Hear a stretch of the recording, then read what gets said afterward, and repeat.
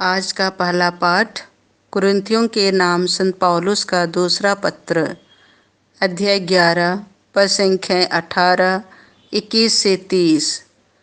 इन बातों के अतिरिक्त सब कलीसियाओं के विषय में मेरी चिंता बनी रहती है, जबकि बहुत से लोग उन बातों की डींग मारते हैं जो संसार की दृष्टि में महत्व रखती हैं, तो मैं भी वही करूँगा। वे इब्रानी हैं, मैं भी हूँ। वे इस्राएली हैं, मैं भी हूँ। वे इब्राहिम की संतान हैं, मैं भी हूँ। वे मसीह के सेवक हैं। मैं नादानी की झोंक में कहता हूँ कि मैं इस विषय में उनसे बढ़कर हूँ। मैंने उनसे अधिक परिश्रम किया, अधिक समय बंदीगृह में बिताया और अधिक बार कोड़े खाए। मैं बारंबार प्राण संकट में पड़ा। यहूदियों ने मुझे 5 बार एक कम 40 कोड़े लगाए। मैं 3 बार बेतों से पीटा और 1 बार पत्थरों से मारा गया। 3 बार ऐसा हुआ कि जिस नाव पर मैं यात्रा कर रहा था वह टूट गई और 1 बार वह रात और दिन भर खुले समुद्र पर इधर उधर बहती रही। मैं बारंबार यात्रा करता रहा।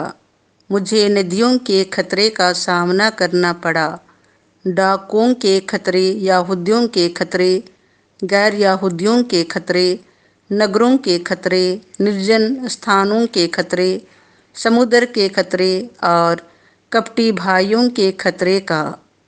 मैंने कठोर परिश्रम किया और बहुत सी रातें जागते हुए बिताईं। मुझे अक्सर भोजन नहीं मिला। भूख, प्यास, ठंड और कपड़ों का अभाव, यह सब मैं सहता रहा। और इन बातों के अतिरिक्त सब कलीसियाओं के विषय में मेरी चिंता हर समय बनी रहती है। जब कोई दुर्बल है तो क्या मैं उसकी दुर्बलताओं से प्रभावित नहीं? जब किसी का पतन होता है तो क्या मैं इसका तीखा अनुभव नहीं करता? यदि किसी बात पर गौरव करना ही है तो मैं अपनी दुर्बलताओं पर गौरव करूँगा। यह प्रभु की वाणी है। संत मत्ती के अनुसार पवित्र सुसमाचार, अध्याय 6, पद संख्या 19 से 23। जहाँ तुम्हारी पूंजी है वहाँ तुम्हारा हृदय भी रहेगा। यीशु ने अपने शिष्यों से यह कहा, पृथ्वी पर अपने लिए पूंजी जमा नहीं करो, जहाँ मोर्चा लगता है, कीड़े खाते हैं और चोर सेंध लगाकर चुराते हैं। स्वर्ग में अपने लिए पूंजी जमा करो, जहाँ ना तो मोर्चा लगता है, ना कीड़े खाते हैं और ना चोर सेंध लगाकर चुराते हैं। क्योंकि जहाँ तुम्हारी पूंजी है वहीं तुम्हारा हृदय भी रहेगा। आँख शरीर का दीपक है।